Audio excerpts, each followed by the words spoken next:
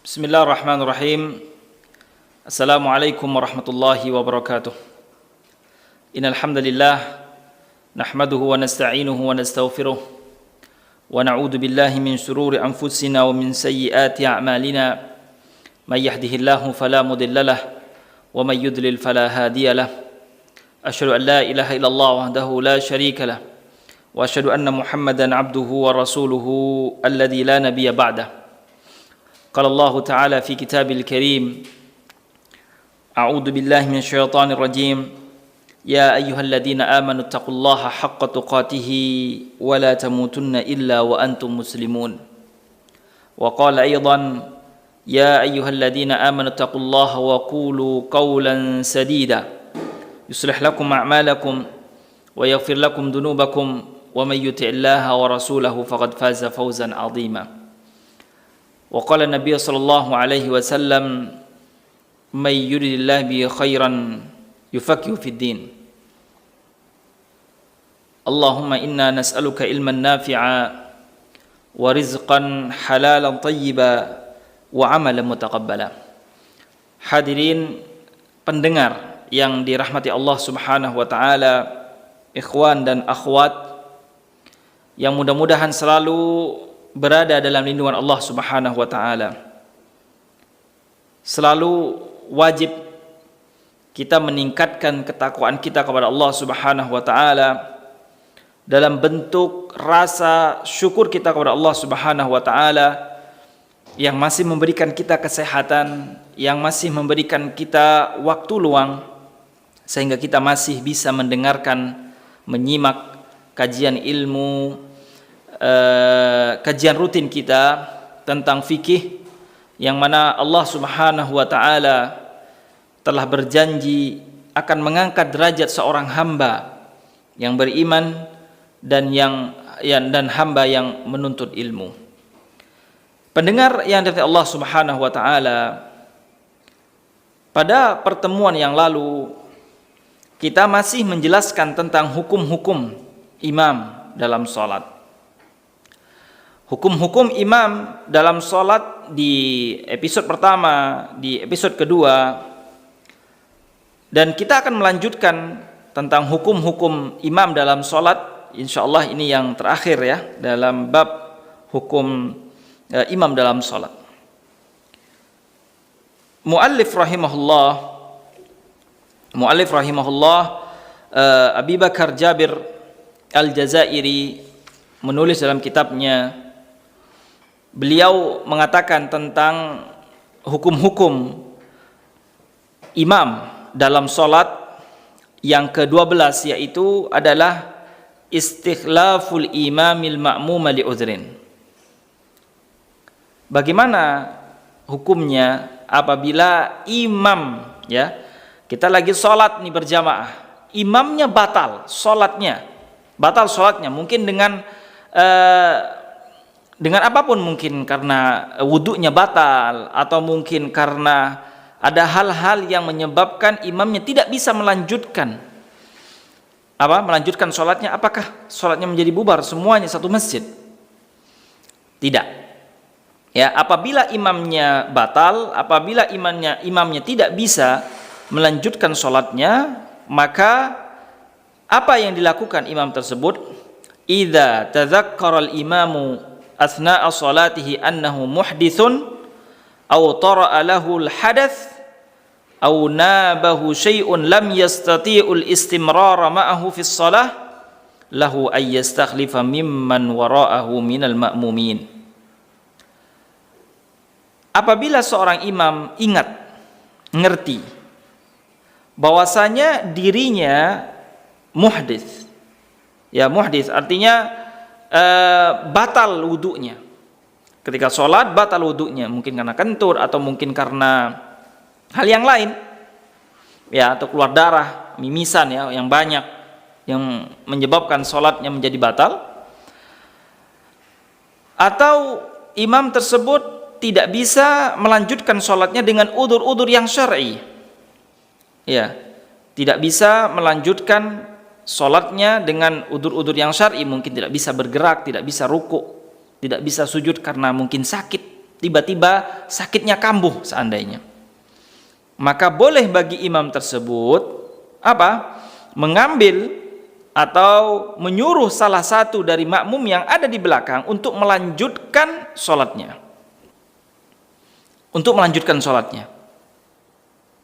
Yang ada di belakangnya langsung jadikan sebagai imam penggantinya.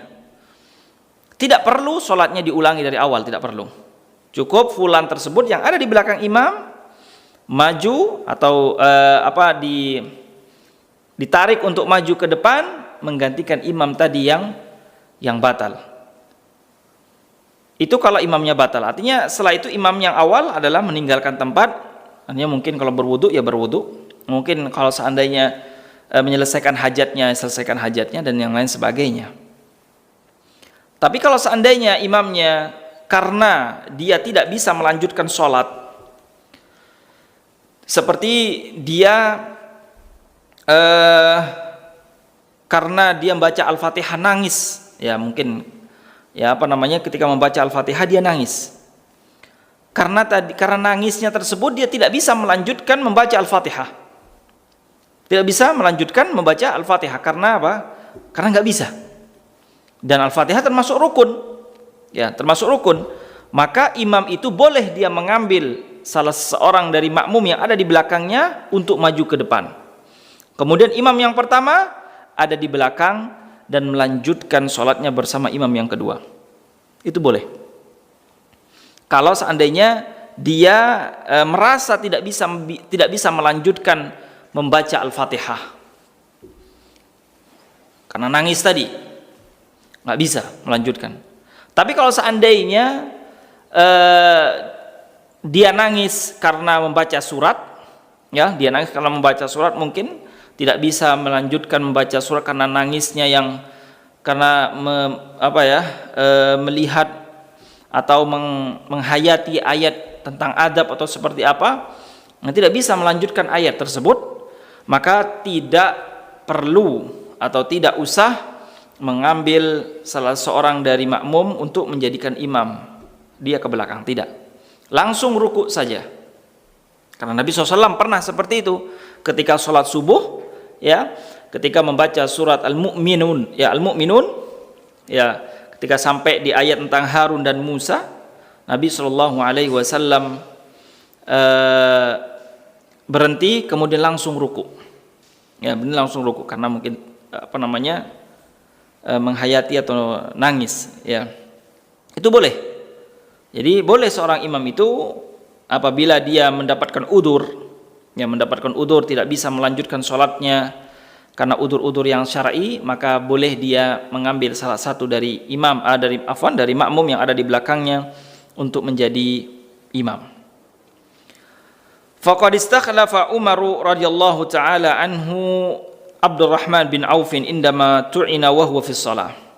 Dalilnya adalah hadis Imam Bukhari bahwasanya Umar radhiyallahu taala anhu ketika salat subuh berjamaah dengan para sahabat, ketika Umar bin Khattab terkena tusuk oleh Abu Lulu al-Majusi, maka ketika itu Umar yang menjadi imam salat.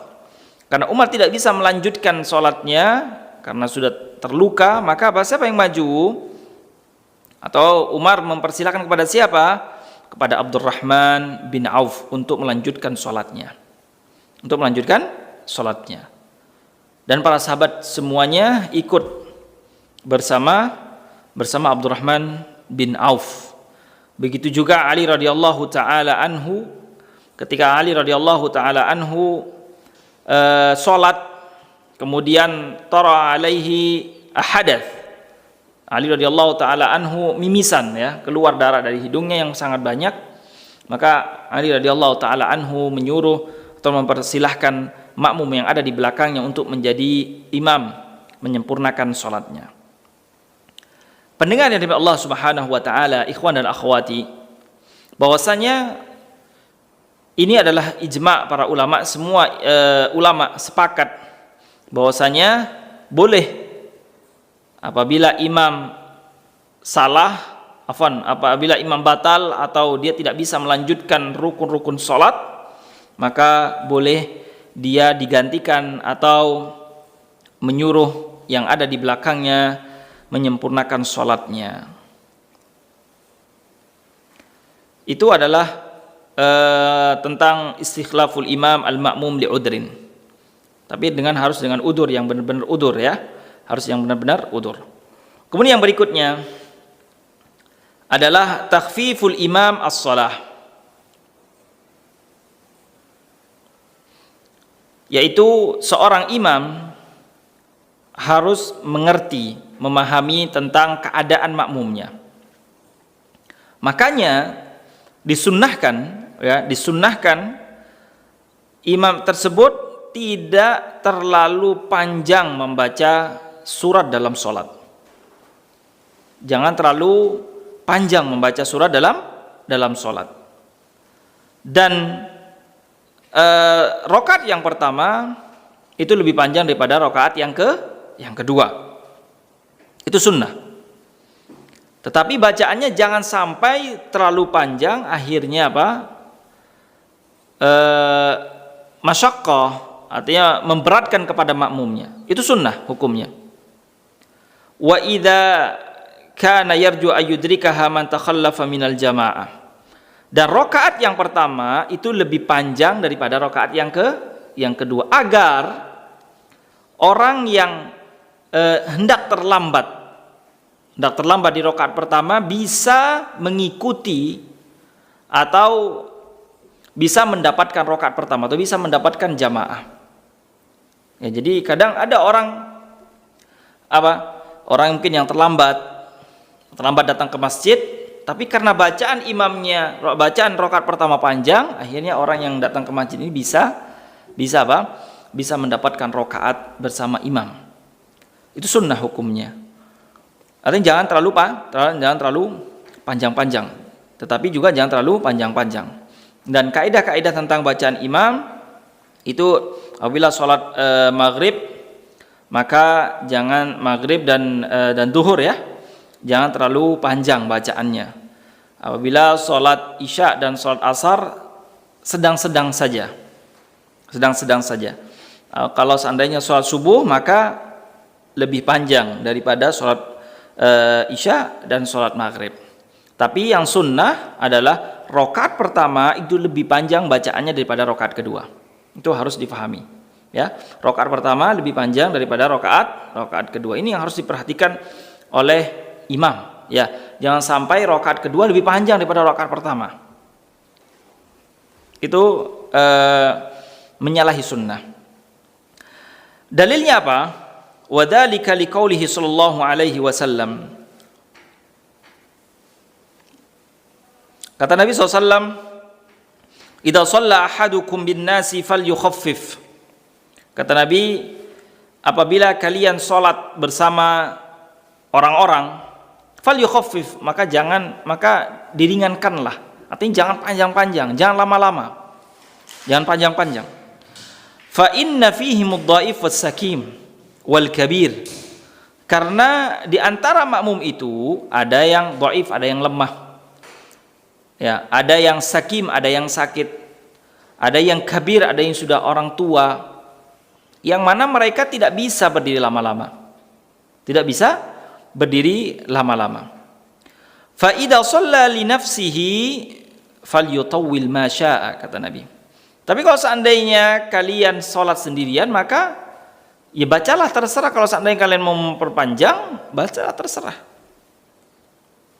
Sesuka kalian. Ya. Tetapi kalau seandainya dari hadis ini, kalau seandainya kita sholat bersama makmum, ya, sholat bersama makmum, maka harus kita memperhatikan makmumnya. Bukankah Nabi SAW pernah sholat yang mana ketika di tengah sholat Nabi SAW mendengar tangisan seorang anak kecil, Nabi SAW mempersingkat sholatnya. Tapi dengan apa? Dengan memberikan hak-hak rukun dan kewajiban sholat tentunya. Bukan malah tambah panjang, akhirnya memberatkan. Dan juga ada hadis lain yang menjelaskan tentang anjuran bahwasanya jangan terlalu panjang ketika sholat, yang mana di belakangnya ada orang sudah tua, ada orang lemah, yaitu adalah hadis Mu'ad bin Jabal radhiyallahu taala anhu, yaitu tentang hadis bahwasanya Mu'ad radhiyallahu taala anhu membaca bacaan yang sangat panjang. Nabi SAW menegurnya. Tetapi pendengar yang Allah Subhanahu wa taala, salat yang panjang itu lebih afdal memang daripada salat yang singkat. Lebih baik salat yang panjang bacaannya itu lebih afdal daripada salat yang singkat.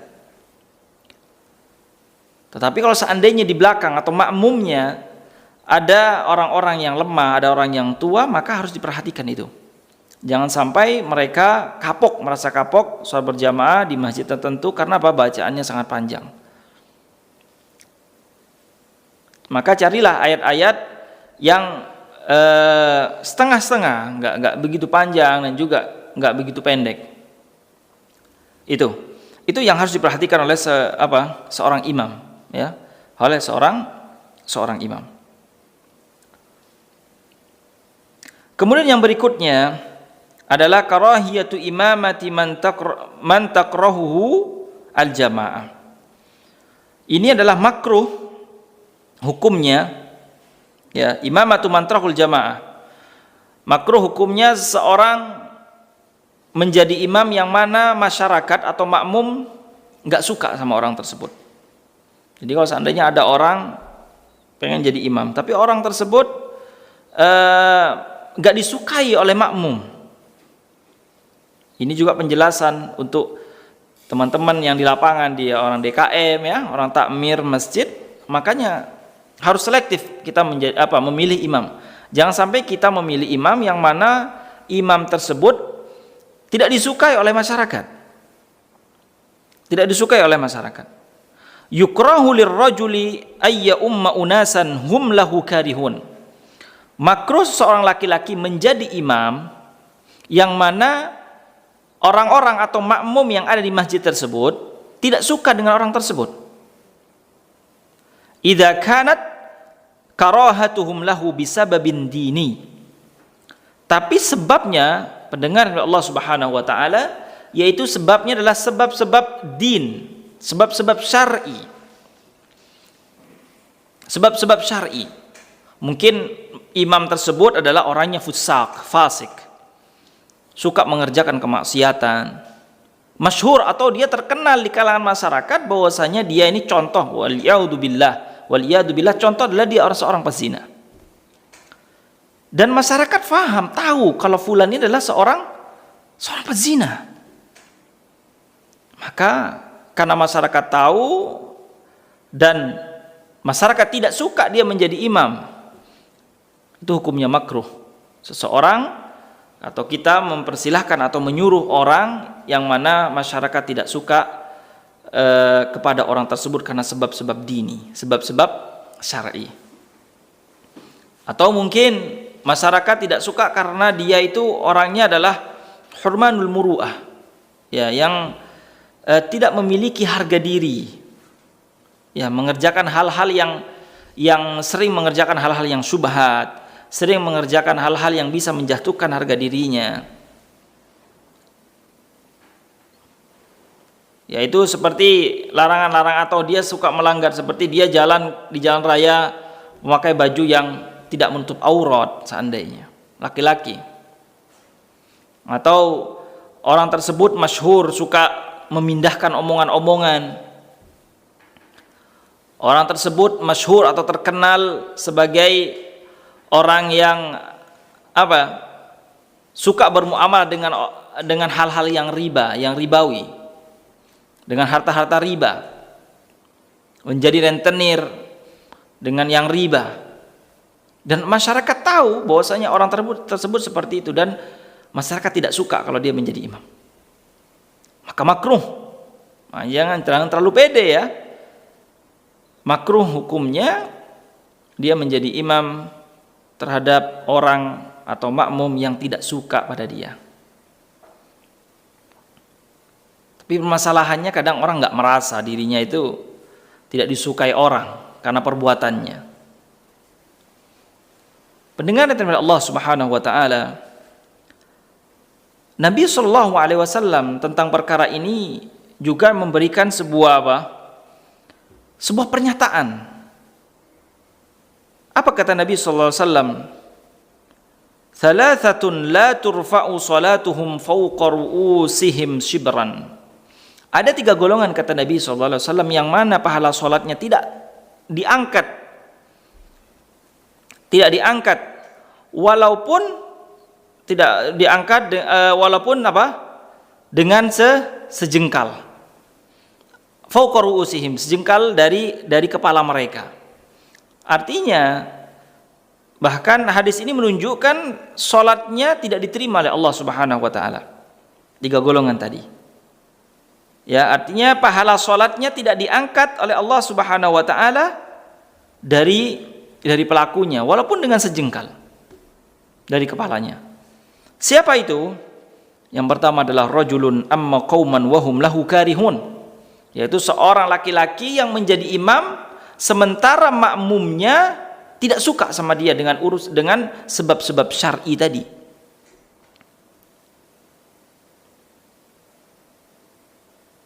Maksudnya adalah pahala sholatnya tidak sempurna.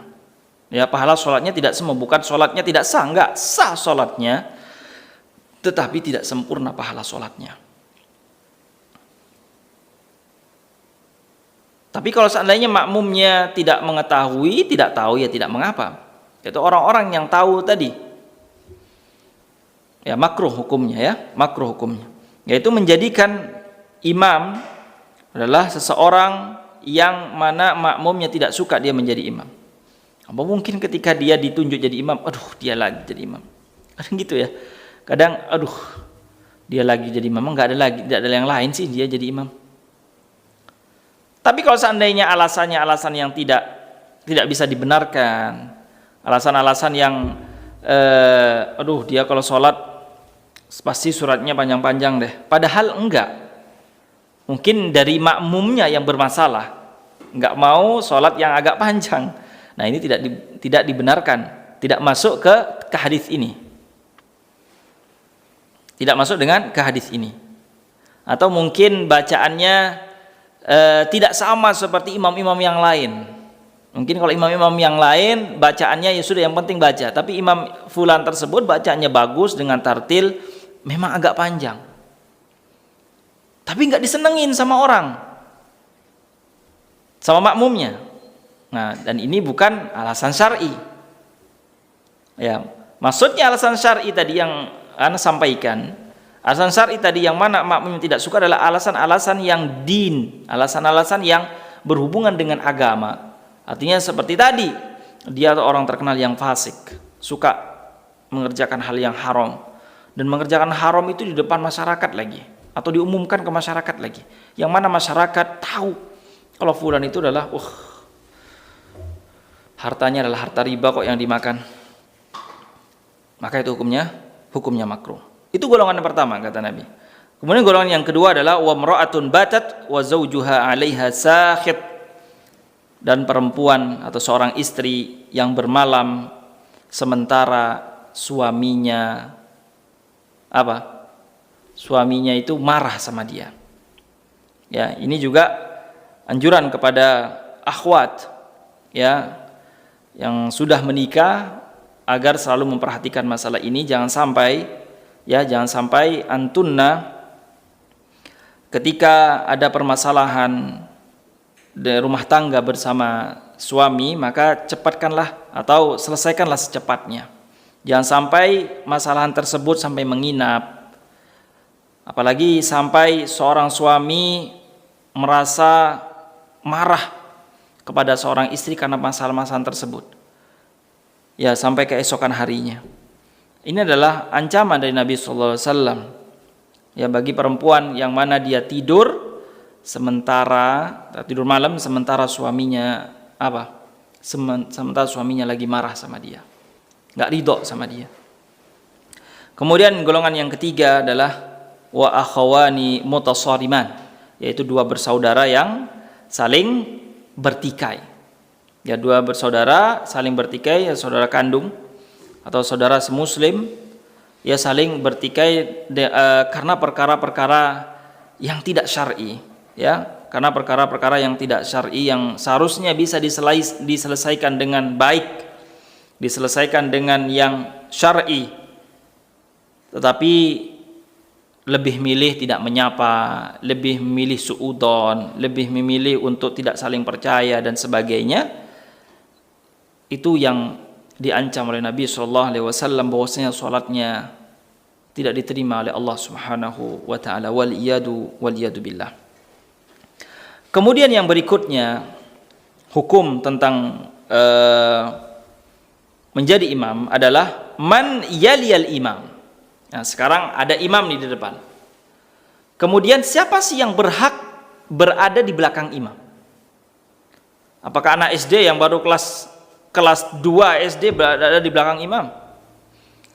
Apakah anak SMP yang ada di belakang imam? Apakah anak SMA? Nabi SAW juga menjelaskan, memberikan sebuah contoh. Siapa sih orang yang berhak berada di belakang imam? Yustahabbu ayyaliyal imama ahlul ilmi wal fadl. Sunnah hukumnya atau dianjurkan yang ada di belakang imam adalah orang yang memiliki ilmu. Orang yang memiliki ilmu dan orang dewasa, ya, orang dewasa yang memiliki ilmu dan kedudukan ada di belakang imam. Karena yang di belakang ini yang lebih bertanggung jawab terhadap apa-apa yang terjadi terhadap imam. Kalau seandainya imamnya salah, seandainya imamnya tadi ketika yang di pertama adalah imamnya batal, maka apa yang harus diperbuat? Maka makmumnya ini yang harus faham. Tapi kalau seandainya makmumnya tidak faham, atau makmumnya karena anak yang masih kecil, atau makmum yang belum balik, maka dia tidak mengerti, maka akan apa? Akan batal sholatnya. Akan batal sholatnya apabila terjadi sesuatu yang mana di belakang imam tidak mengetahui atau tidak faham terhadap perkara-perkara sesuatu, apa yang dia harus perbuat. Dalilnya apa? Ya, dalilnya apa? Yaitu hadis Nabi SAW, hadis Imam Muslim. Apa kata Nabi? La yalini minkum ulul ahlami wan nuha. Kata Nabi SAW, hendaklah yang ada di belakangku, yaitu di antara kalian yang memiliki akal, yang pintar, yang cerdas, yang faham terhadap bacaan, yang faham terhadap hukum-hukum salat. Itu kata Nabi. Jadi orang yang berada di belakang imam adalah orang-orang yang balik, orang yang ngerti terhadap hukum sholat, orang yang sudah dewasa. Makanya di beberapa masjid apabila sholat didirikan, kadang ada orang-orang yang ketika ada anak kecil maju ke depan di shaf pertama atau di belakang imam, kadang disuruh mundur. Bukan karena tidak mau anak kecil ada di depan, tidak. Tapi karena memang anjuran dari agama adalah orang yang ada di belakang imam adalah orang yang baligh, artinya yang faham terhadap hukum-hukum salat dan hukum-hukum imam. Apabila ada sesuatu yang terjadi dalam salat, dia langsung menjadi wakil imam tersebut. Itu penting untuk kita kerjakan atau penting untuk kita ketahui bersama.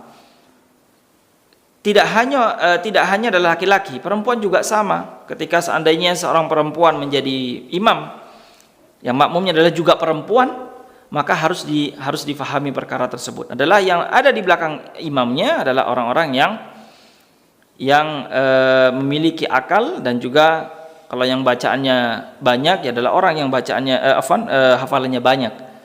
Karena apabila imamnya salah dalam bacaan, maka yang ada di belakang imam yang melanjutkan bacaan atau yang membenarkan bacaan imam.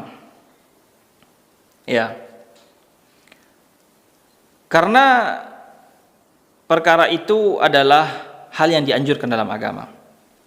Kama yustahabbu lil imami idza sallama ayyan harifa an musallahu yaminan wa yastaqbilan nasa biwajhihi. Sunnah hukumnya seorang imam apabila setelah salam sholat, ya setelah salam sholat, dia apa? Menghadap ke makmum. Ya, ada yang mengatakan adalah menghadap ke kanan, ada yang mengatakan menghadap ke kiri. Semua dua-duanya boleh. Ada langsung ngegeser langsung menghadap ke makmum. Itu yang sunnah. Yang sunnah adalah imam menghadap ke makmum ketika selesai salam. Ada juga yang mengatakan ketika selesai mengatakan astaghfirullah, astaghfirullah, astaghfirullah, Allahumma antas salam wa minkas salam. Ketika selesai itu balik belakang menghadap ke makmum. Itu hukumnya sunnah. Ya, jangan sampai imam itu ketika salam hadap ke depan saja. Enggak, yang sunnah bagi imam adalah ketika selesai salam menghadap atau balik menghadap ke makmum. Li fi'li Rasulullah sallallahu alaihi wasallam dzalik, karena hadis bahwasanya Nabi sallallahu alaihi wasallam pernah menjadi imam atau menjadi imam setelah salam Nabi sallallahu alaihi wasallam berbalik dan menghadap ke makmum. Ya, menghadap ke makmum. Ada yang menghadap ke kanan, ada yang menghadap ke kiri. Intinya adalah menghadap ke makmum. Nah, kemudian yang berikutnya, boleh enggak seorang imam memegang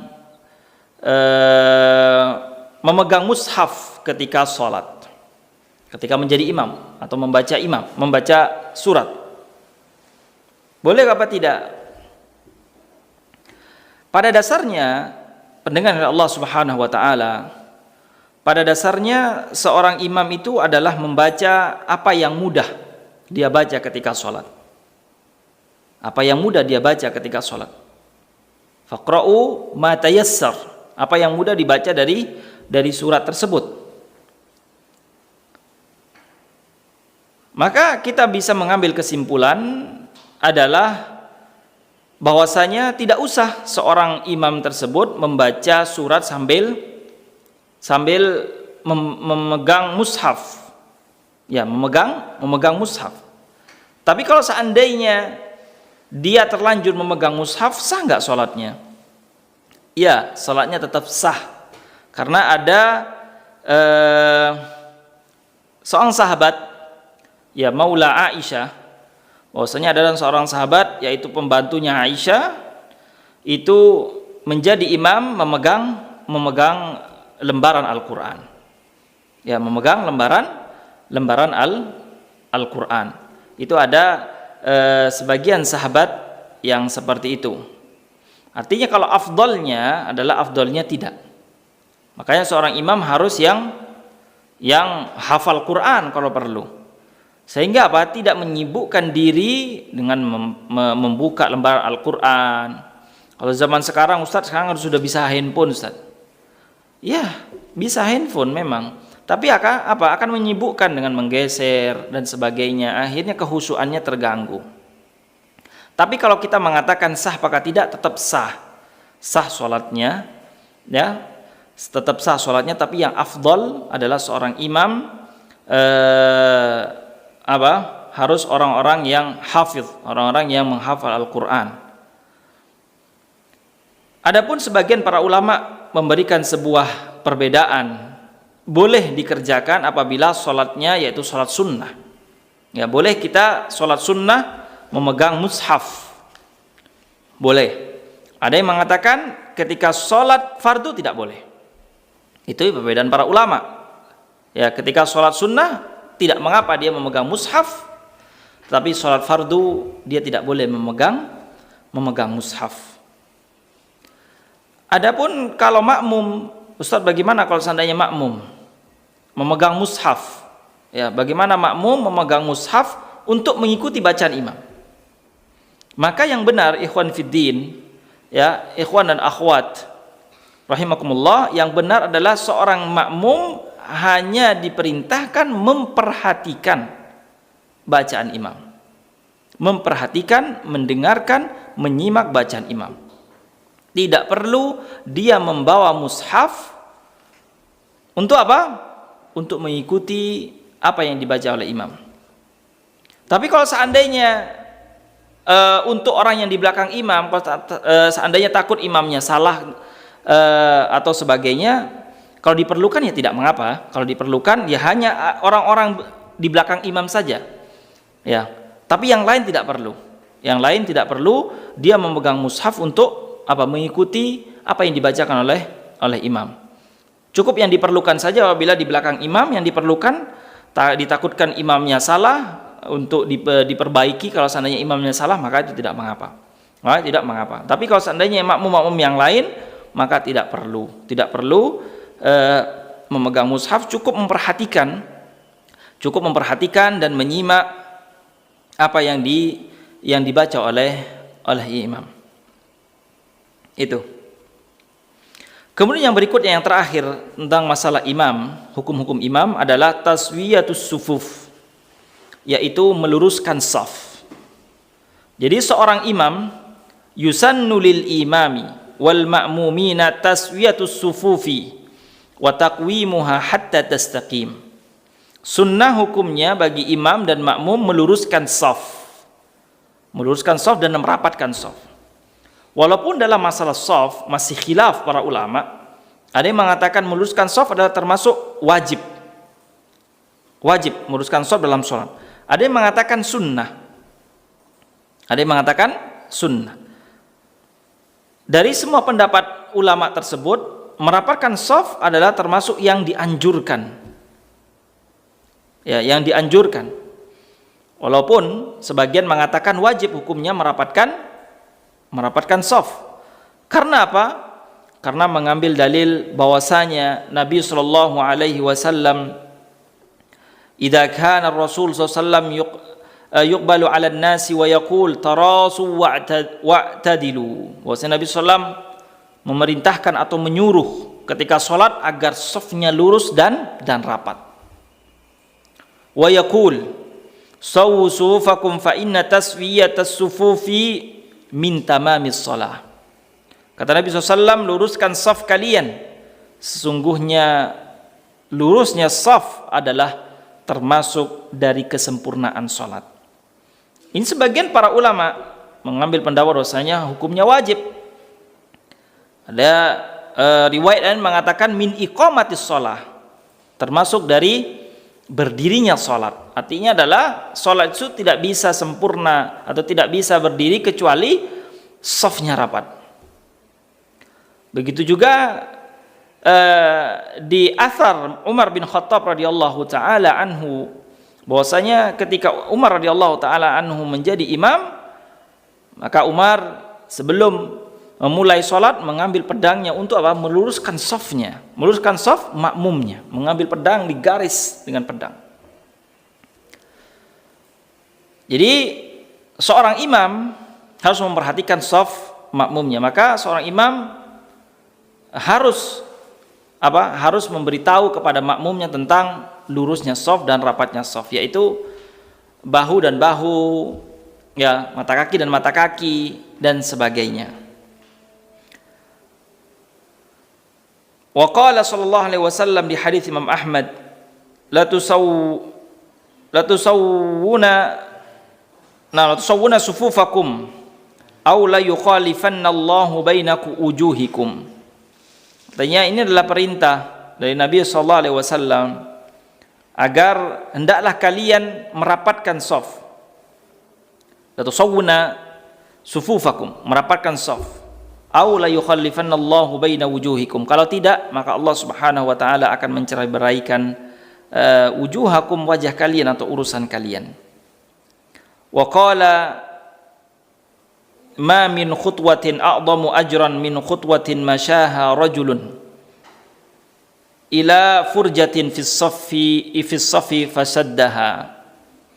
Kata Nabi sallallahu alaihi wasallam juga tentang masalah saf adalah orang yang berjalan dari saf, mungkin saf kedua atau saf ketiga, maju ke depan untuk mengisi saf yang kosong, itu adalah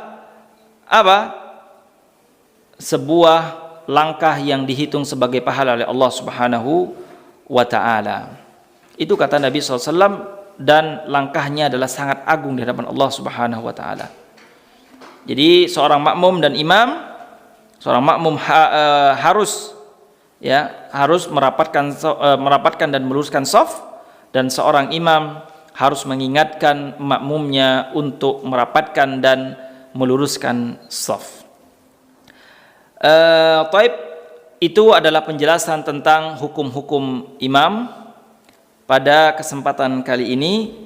Insyaallah pada kesempatan berikutnya kita akan menjelaskan tentang hukum al-masbuk. Hukum tentang orang yang telat masuk ke dalam salat berjamaah. Ya, ketika ada seorang yang telat masuk salat jamaah, maka dia dikatakan seorang yang masbuk. Naam, barakallahu fikum. Apabila ada pertanyaan boleh disampaikan ke nomor yang sudah ada di channel YouTube kami, dan juga apabila ada yang harus ditanyakan bisa saja langsung menghubungi ke nomor yang sudah tertera di channel YouTube kami. Syukran wa nakhtatim bi du'a kafaratul majlis. Subhanakallahumma wa bihamdika asyhadu an la ilaha illa anta astaghfiruka wa atubu ilaik. Wallahu a'lam bis-shawab. Wassalamu alaikum warahmatullahi wabarakatuh.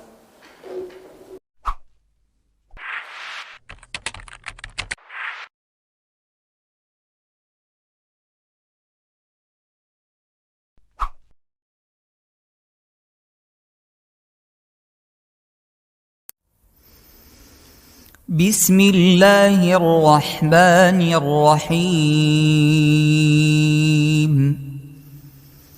قل أعوذ برب الفلق من شر ما خلق ومن شر غاسق إذا وقب ومن شر النفاثات في العقد ومن شر حاسد إذا حسد.